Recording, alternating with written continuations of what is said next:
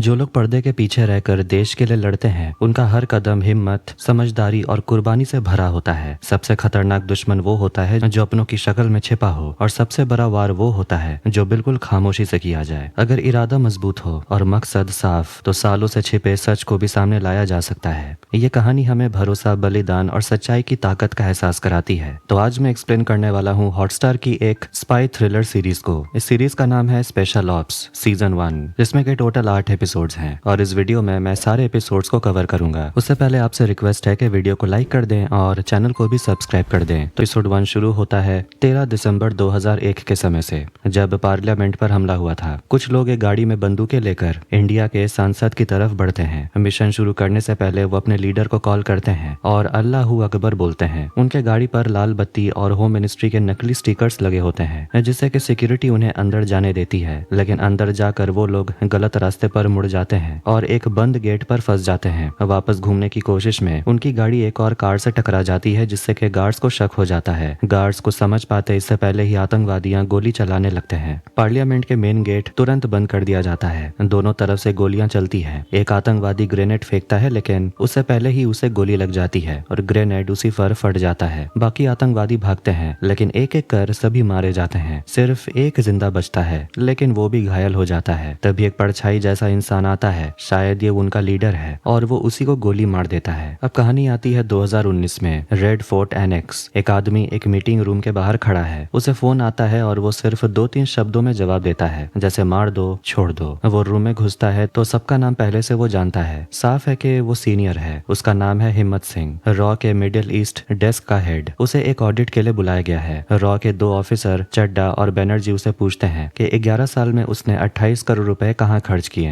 हिम्मत कहता है कि आप असल में यह जानना चाहते हैं कि मैंने पैसे चोरी की या नहीं। चड्डा पूछता है मिसेलेनियस खर्च क्या है। हिम्मत बताता है कि वो पैसा उन सीक्रेट एजेंट्स को जाता था जो मिडिल ईस्ट से इंडिया के लिए इंटेलिजेंस लाते थे। हिम्मत की टीम में काम करता है फारूक, बालाकृष्ण, अविनाश, जूही और रूहानी। दोनों पूछते हैं कि पैसा कौन सा देश भेजा गया, लेकिन हिम्मत कुछ नहीं बोलता। तभी चड्डा सांसद के हमले की फाइल देखकर पूछता है क्या तुम उस केस में शामिल थे। फ्लैशबैक में देखते हैं हिम्मत का बॉस पूरी टीम को डांटता है कि हमला क्यों नहीं रोका गया। डिफेंस मिनिस्ट्री का फोन आने पर हिम्मत को वॉर रूम में ले जाया जाता है, जहां पर डिपार्टमेंट पर इल्जाम लगते हैं। हिम्मत दिल्ली पुलिस की मदद करने लगता है। वो आतंकवादियों की गाड़ी से ड्राई फ्रूट की दुकान का स्टिकर ढूंढता है। पुलिस उस दुकान पर पहुंचती है। दुकानदार कहता है कि वो लोग कभी उसकी दुकान नहीं आए, लेकिन पाकिस्तान से एक आदमी कुछ दिन पहले आया था। चेहरा याद नहीं, लेकिन उसे लाने वाला ऑटो ड्राइवर याद है। फिर से 2019 में हिम्मत अब अपनी थ्योरी बताता है। आतंकवादी 5 नहीं 6 थे और छठा आतंकवादी भाग गया था। फ्लैशबैक में देखते हैं पुलिस ऑटो ड्राइवर से पूछताछ करती है। उसे आदमी का नंबर या ठिकाना नहीं पता, बस इतना पता है कि वो आदमी ऐसे घर में रहता है जहां से मस्जिद दिखती है। वॉर रूम में हिम्मत अपनी थ्योरी पेश करता है। जैश ने पार्लियामेंट में हॉस्टेज क्राइसिस बनाने की प्लानिंग की थी। हिम्मत और पुलिस मस्जिदों के पास घर ढूंढते हैं। एक लीडर भागता है, पासपोर्ट और पेपर्स जलाता है, और हिम्मत को एक घर से धुआं उठता दिखता है। वो वहां भागता है। ज्यादातर डॉक्यूमेंट्स जल चुके होते हैं, लेकिन एक पासपोर्ट मिलता है, नाम लिखा होता है इकलाख खान, और हिम्मत उस आदमी की झलक देख लेता है। हिम्मत मानता है कि इस हमले का असली मकसद था ऐसा माहौल बनाना कि ओसामा बिन लादेन पाकिस्तान से चुपचाप भाग सके, क्योंकि ये सब 9/11 के कुछ समय बाद ही हुआ था। चड्डा उसकी बातों पर यकीन नहीं करता। उसी वक्त हिम्मत का फोन बजता है और वो कहता है कि उसे ये फोन जरूरी रिसीव करना होगा, और अगर इस फोन को बंद करना है तो सिर्फ प्रधानमंत्री का ऑफिस ही मुझे ये बोल सकता है। रात को वो घर लौटता है, जहाँ वो अपनी पत्नी सरोज और अपनी बेटी परी के साथ रहता है। तभी उसे एक एजेंट का कॉल आता है, जिसका नाम है फारूक, और वो बताता है इकलाख खान मिल गया है। अब सेकंड एपिसोड की शुरुआत में यूएई का एजेंट फारूक अली हिम्मत सिंह को बताता है कि इंडिया में बहुत बड़ा हमला होने वाला है, जिसकी लीड करेगा इकलाख खान। हिम्मत बोलता है कि सबूत अभी कमजोर है, लेकिन फिर भी वो जांच करने के लिए राजी हो जाता है। बाद में फारूक एक लड़की के साथ टाइम बिताते हुए दिखता है। फ्लैशबैक नई दिल्ली 2004। हिम्मत गाड़ी चला रहा होता है और जेब्रा क्रॉसिंग के बहुत पास गाड़ी रोक देता है। एक यंग कॉलेज स्टूडेंट फारूक उसके गाड़ी के सामने खड़ा हो जाता है और तब तक नहीं हटता जब तक हिम्मत गाड़ी पीछे नहीं ले लेता। पहले थोड़ी सी बहस होती है, फिर हिम्मत गाड़ी पीछे करता है, लेकिन फारूक तब तक नहीं हटता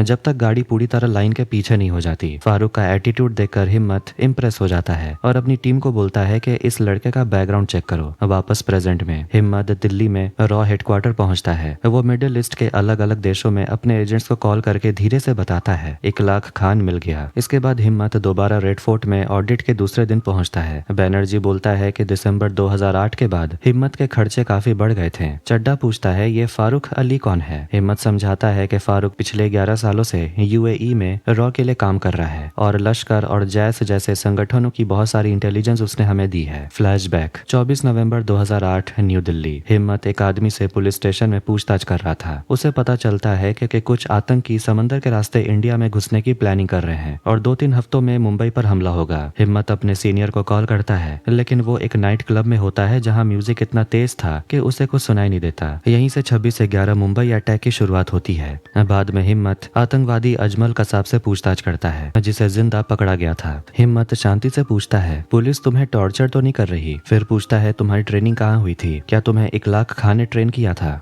कसाब कहता है कि उन्हें ट्रेनर्स का नाम नहीं बताया जाता। ज्यादातर कमांडर अपना चेहरा छिपा कर रखते थे, बस एक जिसका नाम था वसीम। फिर प्रेजेंट में हिम्मत बताता है कि वसीम कराची वाला एक बहुत बड़ा हथियारों का डीलर है और कई हमलों से जुड़ा हुआ है। रॉ एक नया मिशन शुरू करता है, ऑपरेशन इस्माइल, वसीम को पकड़ने के लिए। वसीम को फंसाने के लिए हिम्मत एक अफवाह फैलाता है कि रियाद से कोई आदमी कसाब को 5 लाख देने वाला है। वसीम उस अंडरकवर एजेंट से बात करता है जो बाद में हिम्मत से कनेक्ट होता है। पैसा ट्रांसफर होता है और रॉ उसकी मूवमेंट ट्रैक करने लगती है। कई महीनों की प्लानिंग के बाद हिम्मत फारूक को भेजता है वसीम को पकड़ने। फ्लैशबैक मार्च 2009 गुरुग्राम। फारूक एक बिल्डिंग के छत के किनारे खड़ा होता है, ऐसा लग रहा था वो कूदने वाला हो। हिम्मत आता है और बताता है कि उसने जानबूझकर फारूक की आर्मी की एग्जाम 5 साल तक फेल करवाई ताकि उसे रॉ में भर्ती कर सके। फारूक मुस्कुरा देता है, उसे पता था कि कोई उसे देख रहा था। वो जानबूझकर छत के किनारे खड़ा हुआ था ताकि हिम्मत खुद बाहर आए। हिम्मत और ज्यादा इंप्रेस हो जाता है। 6 महीने के बाद फारूक की ट्रेनिंग पूरी होती है। दुबई एयरपोर्ट में वो वसीम को वॉशरूम में ढूंढता है और उससे लड़ाई करता है और आखिर में उसे एक सिरिंज से बेहोश कर देता है। वसीम को चुपचाप बाहर निकाल लिया जाता है। फ्लैशबैक खत्म होता है और हिम्मत का ऑडिट का दूसरा दिन पूरा हो जाता है। एपिसोड 3 की शुरुआत होती है जब हिम्मत अपनी टीनेज बेटी परी को लेकर परेशान होता है, जो देर रात तक पार्टी करके अब तक घर नहीं लौटी थी। लेकिन सरोज शांत रहती है क्योंकि उसे पता होता है कि हिम्मत ने पहले ही एक पुलिस ऑफिसर अब्बास को चुपचाप परी की निगरानी में लगा रखा है। कुछ दिन पहले सरोज ने हिम्मत से कहा था कि परी शायद किसी रिलेशनशिप में है। जब परी घर लौटती है तो हिम्मत उसका फोन क्लोन कर लेता है। अगले दिन अब्बास एक हैकर से उसके फोन में ट्रैकर लगवा देता है। इसी बीच कोई आदमी छुपकर हिम्मत की तस्वीरें खींच रहा था। एक पॉलिटिशियन अब्बास को हिम्मत की बैकग्राउंड चेक करने का ऑर्डर देती है। ऑडिट के दौरान हिम्मत से पूछा जाता है वसीम कराची वाला की पूछताछ कहाँ हुई थी जब उसे दुबई में पकड़ा गया था। फ्लैशबैक में दिखाया जाता है कि वसीम से फारूक और उसकी पार्टनर जूही पूछताछ कर रहे होते हैं। जब वसीम जूही का अपमान करता है तो जूही उसे बहुत पीटती है। वसीम फारूक को धर्म के नाम पर बहकाने की कोशिश करता है, लेकिन फारूक बिल्कुल नहीं फंसता। तभी वसीम को लगने लगता है कि कोई उनकी बात सुन रहा है और हम देखते हैं कि हिम्मत दिल्ली से अपने ऑफिस में सब कुछ सुन रहा था। वसीम उनका मजाक उड़ाता है, कहता है कि उनके लीडर को तो वो पकड़ भी नहीं सकते,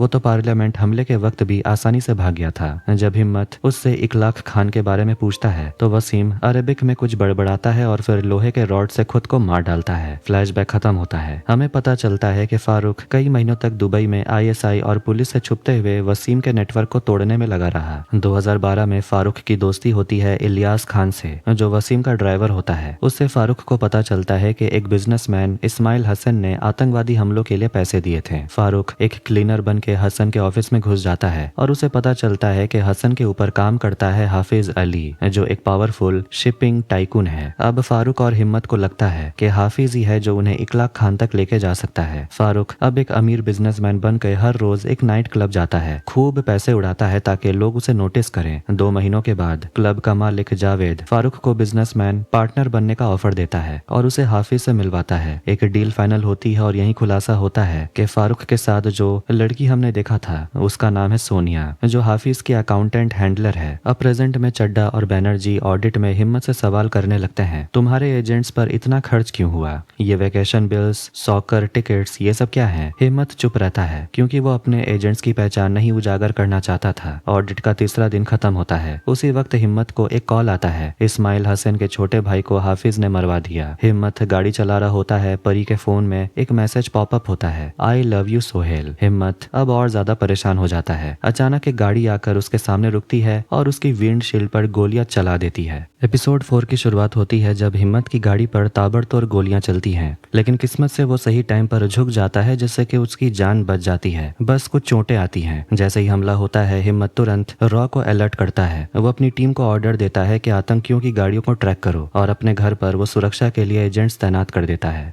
दुबई में फारूक जाता है अबू हसन के जनाजे में शामिल होने। अबू इस्माइल हसन का छोटा भाई था। इस्माइल दुख में टूट चुका है और कहता है कि अबू कभी हाफिज अली से चोरी नहीं कर सकता। फारूक उसको चुपचाप मैनिपुलेट करता है। वो कहता है कि हाफिज की सजा बहुत ज्यादा थी, साथ ही झूठ बोलता है कि उसकी अबू से कई हफ्तों से बात नहीं हुई। इस्माइल का क्लोज फ्रेंड हामिद ये सुनकर फारूक पर शक करने लगता है। दिल्ली में हिम्मत अपने 2 एजेंट्स बाला और अविनाश को टेस्ट करता है। वो उन्हें कुछ किराए के लड़ाकों से लड़ने भेजता है। दोनों ये टेस्ट पास कर लेते हैं और हिम्मत को उन पर भरोसा हो जाता है। घर पर हिम्मत की बीवी बहुत ज्यादा घबराई हुई थी क्योंकि उसे हमले की खबर मिल चुकी है। इधर दुबई में हाफिज अली को कुछ सीक्रेट सर्वेलेंस फोटोज मिलते हैं जिनमें के हिम्मत और उसके परिवारों की तस्वीरें होती हैं। एक और सीन में चड्ढा एक ताकतवर नेता से चुपचाप मिलता है। ये वही नेता है जिसने पहले अब्बास को हिम्मत की बैकग्राउंड चेक करने के लिए बोली थी। वो असल में डरी हुई होती है कि कहीं उसका नाम इंक्वायरी में ना आ जाए। वजह है उसका बेटा जो मॉस्को में एक पुरानी मनी डील में शामिल था। वो कहती है कि कुछ गलत नहीं हुआ था लेकिन फिर भी मेरा नाम आना नहीं चाहिए। फिर हिम्मत पहुंचता है रेड फोर्ट ऑडिट के चौथे दिन की सुनवाई के लिए। अंदर जाने से पहले वो रॉ की एक टीम को पाकिस्तान के एक लोकेशन पर ब्लास्ट कराने का ऑर्डर देता है। ऑडिट में चड्ढा और बैनर्जी सवाल उठाते हैं, नोटबंदी के टाइम पर 1 करोड़ का खर्च कैसे हुआ। फ्लैशबैक 8 नवंबर 2016। इस्माइल कॉल करता है और फारूक को बताता है कि हाफिज चाहता है कि 1 करोड़ की नई करेंसी कश्मीर भेजी जाए और ये समय था जब डिमोनेटाइजेशन हुआ था। फारूक झूठ बोलता है कि वो अरेंज करा सकता है और ये मौका चाहता है ताकि वो हाफिज के और करीब जा सके, उसका भरोसा जीत सके और फिर इकलाक खान तक पहुंच सके। हिम्मत ना चाहते हुए भी पैसे ट्रांसफर करने को अप्रूव कर देता है। भले ही बैंक में 5 घंटे लाइन में लगकर उसे सिर्फ 2,500 ही रुपए मिले, लेकिन फारूक को हाफिज से मिलने का मौका नहीं मिलता। बाद में हिम्मत बताता है कि 85 लाख कश्मीर में एक आर्मी मिशन के दौरान रिकवर हुए थे। जब कमेटी एक और 7 लाख के हाल ही में खर्चे पर सवाल करती है तो हिम्मत शांति से कहता है ये खर्चा रावलपिंडी में ब्लास्ट के लिए था। ऑफिसर्स हैरान रह जाते हैं और उसी वक्त रूम में मौजूद सबके फोन एक साथ बजते हैं। हिम्मत कहता है टीवी ऑन करो। टीवी पर न्यूज चल रही होती है, जैश ए मोहम्मद का लीडर चुनाव से हटा दिया गया क्योंकि उसे रावलपिंडी ब्लास्ट का जिम्मेदार माना जा रहा है। हिम्मत समझाता है कि जब से आर्टिकल 370 हटाया गया है, जमात ग्रुप कश्मीर में फिर से एक्टिव हो गया है। उसका प्लान था कि कुछ धमाके करके डर फैलाया जाए ताकि इकलाक खान जवाब में कुछ करे और तब उसकी लोकेशन मिल सके। मुरीद के पाकिस्तान में ISI की मीटिंग होती है जमात के लीडर नूर साहब से।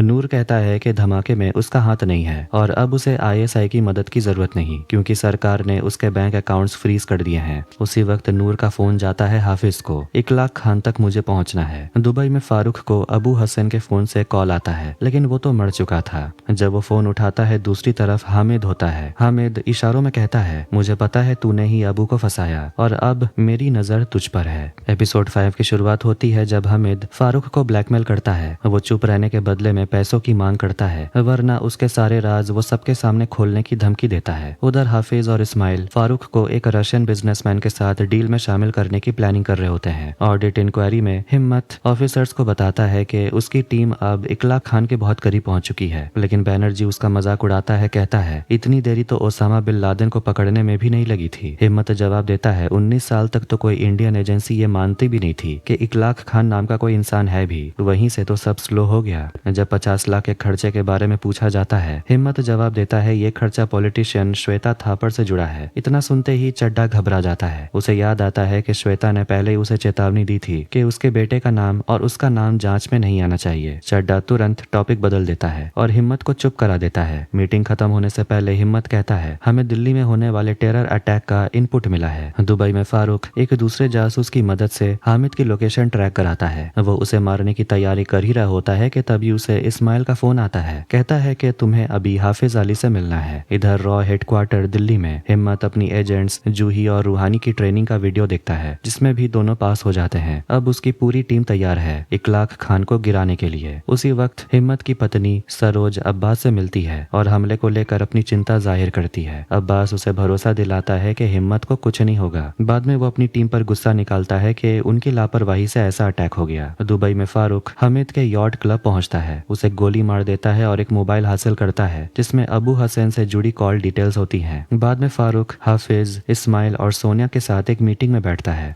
हाफिज उसे शक भरी निगाहों से देखता है और पूछता है, तुम असल में हो कौन? फारूक अपना फेक नाम बताता है, राशिद। कहता है कि उसने सीक्रेट कामों के लिए अपना नाम बदल लिया था। हाफिज के आदमी उसका बैकग्राउंड चेक कर चुके होते हैं, लेकिन रॉ पहले ही उसके लिए एक फेक आइडेंटिटी बना चुका होता है, इसीलिए सब कुछ सही दिखता है। हाफिज इम्प्रेस हो जाता है, कहता है, इस रशियन डील के लिए तुम्हें जल्द ही जमात के एक बड़े लीडर से मिलना होगा। और हाँ, मुझे ये भी पता है कि तुम्हारा सोनिया से अफेयर चल रहा है। उधर अब्बास पॉलिटिशियन श्वेता थापर से मिलता है। वो उसे साफ कहता है कि अगर हिम्मत पर अटैक कराने में आपका हाथ निकला तो मैं चुप नहीं बैठूंगा, फिर चाहे मेरी नौकरी ही क्यों न चली जाए। ये दिखाता है कि अब्बास हिम्मत के लिए कितना लॉयल है। रात को हिम्मत के फोन में अलर्ट आता है, परी एक लड़के सोहेल के साथ बाहर गई है। हिम्मत की पत्नी कहती है परी बस अपने दोस्तों के साथ पढ़ाई कर रही होगी, लेकिन हिम्मत खुद गाड़ी लेकर निकल जाता है। वो जिस घर तक पहुंचता है वहाँ परी के फ्रेंड्स उसके लिए सरप्राइज बर्थडे पार्टी रखे होते हैं। हिम्मत को अपनी सोच पर शर्म आता है कि वो अपनी बेटी को ही फॉलो कर रहा था। वो चुपचाप वहाँ से निकल जाता है। एपिसोड के आखिरी सीन में फारूक हिम्मत को कॉल करता है, कहता है कि मैं बाकू जा रहा हूँ रशियन डील के लिए। जैसे ही मुझे पक्का पता चलेगा कि इकलाक खान मीटिंग में है, मैं तुम्हें सिग्नल भेज दूंगा। हिम्मत जवाब देता है, मैं टीम तैयार रखता हूँ। उसी समय हम देखते हैं कि एक औरत और एक लड़की सादिया और फरहा शॉपिंग से लौट रही होती हैं और वो औरत अपने कपड़ों के नीचे में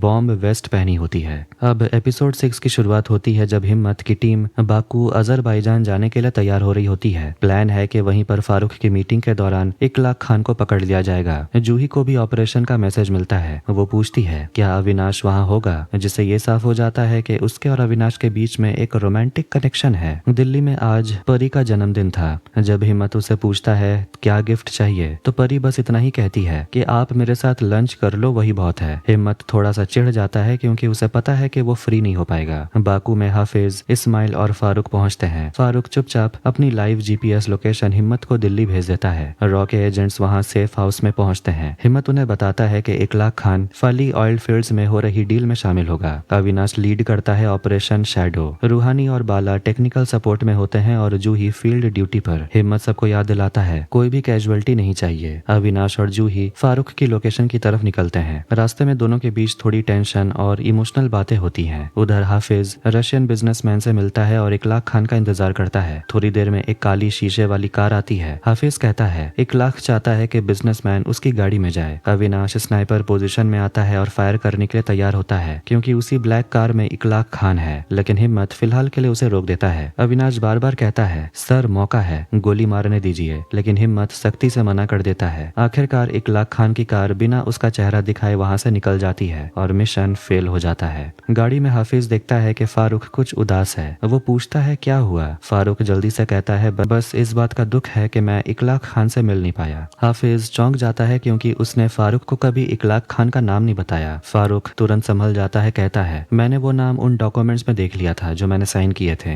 दिल्ली में हिम्मत की ऑडिट इंक्वायरी चल रही होती है, लेकिन वो वहां नहीं पहुंचता। कमेटी के लोग नाराज हो जाते हैं। उधर एक और सीन में एक औरत सादिया जो बॉम्बर होने के शक में है, वो घर से निकलती है। घर में उसकी छोटी बहन फारा टीवी पर कार्टून देख रही थी, जो अचानक कुछ आवाजें सुनती है। एक चाकू उठाती और हवा में किसी अदृश्य चीज पर वार करने लगती है। जब सादिया वापस आती है तो देखती है कि फरहा किसी से लड़ रही थी। असल में फरहा स्क्रिजोफ्रेनिया की मरीज है। रॉ हेडक्वार्टर में एजेंट्स मिशन फेल होने पर बात करते हैं। अविनाश कहता है लगता है इकलाक को पहले से हमारे प्लान के बारे में पता था। हिम्मत मना करता है नहीं, वो हमें नहीं जानता था। उसी वक्त फारूक बताता है कि हाफिज ने उसे उसी होटल में होने वाली एक शादी में आने का इनविटेशन दिया है। हिम्मत को लगने लगता है यही नया मौका है हाफिज को पकड़ने का, क्योंकि हाफिज ही जानता है इकलाक कहाँ है। हिम्मत ऑफिस से निकलता है तो देखता है कि चड्डा और बैनर्जी उसके सीनियर के साथ मीटिंग कर रहे थे। सीनियर उसे बताते हैं तुम्हारी ऑडिट इंक्वायरी सस्पेंड की जा रही है, तुम्हारा 40 लाख वाला रिक्वेजिशन और सीक्रेट सर्विस फंड भी रद्द होता है। हिम्मत बिना किसी रिएक्शन के बस इतना ही कहता है ओके सर, और वहां से चला जाता है। और चड्डा और बैनर्जी हैरान हो जाते हैं कि इसे तो कोई फर्क ही नहीं पड़ा। शादी की रात सारे रॉ एजेंट्स मौजूद होते हैं। बाला चुपचाप हाफिज को फॉलो करता है जब वो वॉशरूम की तरफ जाता है, लेकिन हाफिज जल्दी समझ जाता है कि बाला कौन है। वॉशरूम में जबरदस्त फाइट होती है और बाला पूरी कोशिश करता है, लेकिन हाफिज ज्यादा ताकतवर साबित होता है। आखिर में हाफिज बाला की गर्दन तोड़कर उसे वहीं बेरहमी से मार डालता है। एपिसोड 7 की शुरुआत होती है जब अविनाश वॉशरूम के पास कॉरिडोर में पड़े बाला के डेड बॉडी को देखता है। वो शॉक में आ जाता है और तुरंत हिम्मत को इन्फॉर्म करता है। हिम्मत और रूहानी उसे कहते हैं डेड बॉडी को वहीं छोड़ दो और जल्दी से हमें वहां से निकलना होगा, लेकिन अविनाश मना कर देता है। शादी के बीच में फारूक चोरी छुपे इस्माइल के फोन में एक रिकॉर्डिंग डिवाइस फिट कर देता है। जूही अविनाश की मदद करती है और बाला के बॉडी को एक नकली एम्बुलेंस में छुपाकर वहां से बाहर निकालती है। हिम्मत पहली बार इमोशनल होता है और वो जूही से कहता है बाला को वापस लेकर आओ, इंडियन कॉन्सुलेट की मदद लो।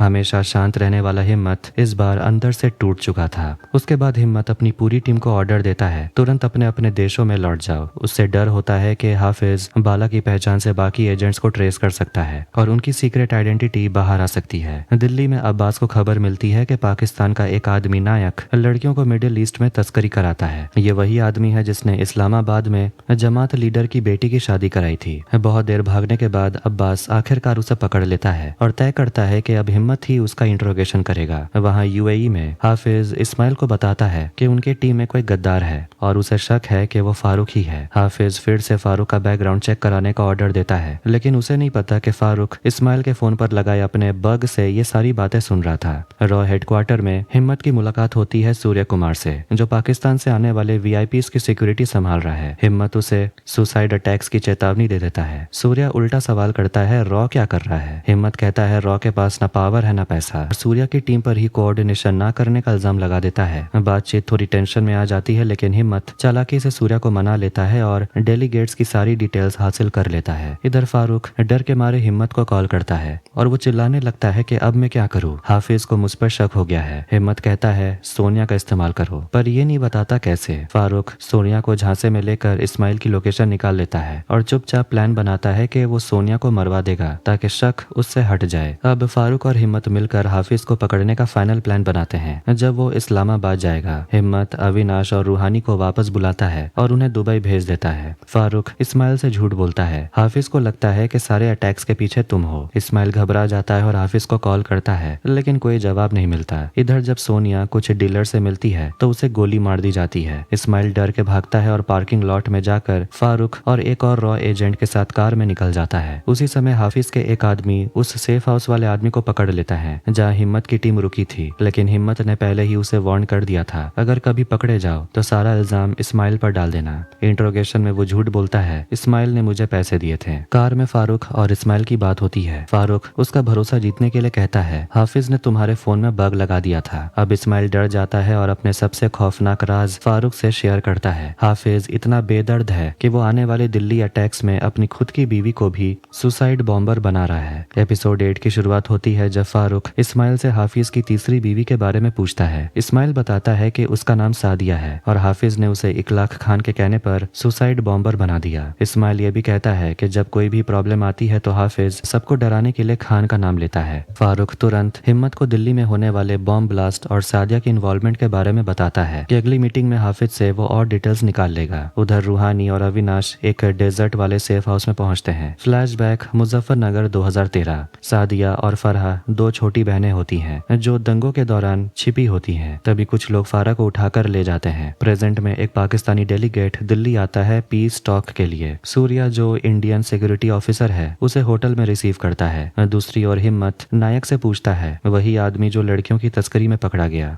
हमेशा शांत रहने वाला हिम्मत इस बार गुस्से में आता है और नायक को थप्पड़ मार देता है। नायक खुलासा करता है कि नूर ने उसे 2013 के दंगों में बची एक लड़की सादिया कुरैशी को पाकिस्तान लाने का ऑर्डर दिया था ताकि उसकी शादी एक कमांडर से करवाई जा सके। ये शादी सिर्फ एक सिंबॉलिक शादी नहीं थी, ये एक टेरर प्लान का हिस्सा था। हिम्मत को पता चलता है वो कमांडर कोई और नहीं बल्कि इकलाक खान ही था। वो चौंक जाता है, हाफिज ही इकलाक खान है, वही आतंकी जिसे वो 19 साल से ढूंढ रहा था। यूएई में फारूक की मुलाकात होती है हाफिज और बख्तियार खान से। हाफिज कहता है कि फारूक उसके साथ इस्लामाबाद चले। फारूक चालाकी से सादिया का जिक्र करता है। हाफिज झूठ बोलता है कि मैंने मजबूरी में उसे शादी की थी, लेकिन हिम्मत अब सच्चाई जान चुका होता है। दिल्ली में हिम्मत बताता है कि सादिया शहर में है और पीस कॉन्फ्रेंस पर हमला कर सकती है। वो कहता है नायक को सीसीटीवी में उसे पहचानने देना होगा। उधर सादिया और फरहा मंसूर नाम के गार्ड की मदद से होटल में दाखिल हो जाते हैं। मंसूर उन्हें रूम में बॉम्ब वेस्ट देता है पहनने के लिए। नायक सादिया को पहचान तो लेता है, लेकिन उससे पहले कि वो किसी को बता सके वो मर जाता है। यूएई में फारूक एक एजेंट को कहता है इस्माइल को मार दो और भाग जाओ। फिर वो अविनाश और रूहानी के साथ सेफ हाउस में जुड़ता है। वो और हिम्मत एक साथ कहते हैं हाफिज ही इकलाक खान है। रूहानी कहती है हमारे पास हाफिज को मारने के लिए पैसे नहीं है, लेकिन हिम्मत कहता है फिर भी ऑपरेशन जारी रहेगा। हिम्मत चड्डा को ब्लैकमेल करता है, कहता है कि अगर 25 लाख अभी के अभी नहीं मिले तो मैं श्वेता थापर के बेटे का नाम सबके सामने रिवील कर दूंगा। चड्डा नहीं चाहता था कि ऐसा हो, इसलिए वो मजबूरी में पैसे रिलीज कर देता है। होटल में हिम्मत पूरा ऑपरेशन मॉनिटर कर रहा था और सूर्या डेलीगेट को सुरक्षा दे रहा होता है। सादिया और फरहा प्रेस हॉल में चलकर अंदर जाती हैं। मंसूर फरहा को कहता है, जैसे ही डेलीगेट बैठ जाएं, बटन दबा देना। यूएई में अविनाश अपने स्नाइपर राइफल सेट करता है और हाफिज की गाड़ी पर निशाना साधता है। गाड़ी के अंदर बख्तियार हाफिज को बताता है फारूक असल में अमजद है, एक इंडियन स्पाई। हाफिज टेस्ट करने के लिए बोलता है अमजद, जिससे कि फारूक मुड़कर देखता है और हाफिज का शक सच हो जाता है। हाफिज फारूक पर हमला कर देता है, लेकिन अविनाश टायर पर गोली मारता है, जिससे कि गाड़ी क्रैश हो जाती है। फारूक गन उठाता है और हाफिज के गार्ड्स को शूट कर देता है और हाफिज पर गन तान देता है। वो हिम्मत को कॉल करता है और स्पीकर पे रखता है। हिम्मत अपना नाम बताता है और हाफिज उसे पहचान लेता है। कहता है, अरे ये तो तू ही है। हाफिज कहता है, मेरा आखिरी प्लान शुरू हो चुका होगा, लेकिन फारूक उसे सीधे सिर पर गोली मार देता है। हिम्मत रूहानी को हाफिज का फोन चेक करने को कहता है। उसमें सादिया और फरहा की फोटोज मिलती हैं, जिसे वो तुरंत सूर्या को भेज देता है। दिल्ली में सूर्या फरहा को पकड़ लेता है। सादिया को लाउंज में बुलाया जाता है। वो भागते हुए वहां पहुंचती है, जहां बॉम्ब स्क्वाड उसे घेर लेता है, लेकिन पता चलता है कि उन दोनों में से किसी के पास वो बॉम्ब वाला वेस्ट नहीं था। सादिया ने अपनी बहन की पुरानी तकलीफें याद करके धमाका करने का प्लान बदल दिया था। सूर्या हिम्मत को कॉल करता है। हिम्मत कहता है, मंसूर के रूम को सील कर दो और इन दोनों बहनों को जाने दो। पाकिस्तान में नूर हैरान रह जाता है कि पीस कॉन्फ्रेंस में धमाका हुआ ही नहीं। और इसी के साथ सीजन 1 यहीं पर एंड होती है। एंड क्रेडिट्स में हम देखते हैं कि सोनिया भी अभी भी जिंदा है। तो आपको ये वीडियो कैसा लगा कमेंट करके जरूर बताएं। वीडियो पसंद आया तो वीडियो को लाइक कर दें, चैनल को भी सब्सक्राइब कर दें। मिलते हैं नेक्स्ट वीडियो में। Take care.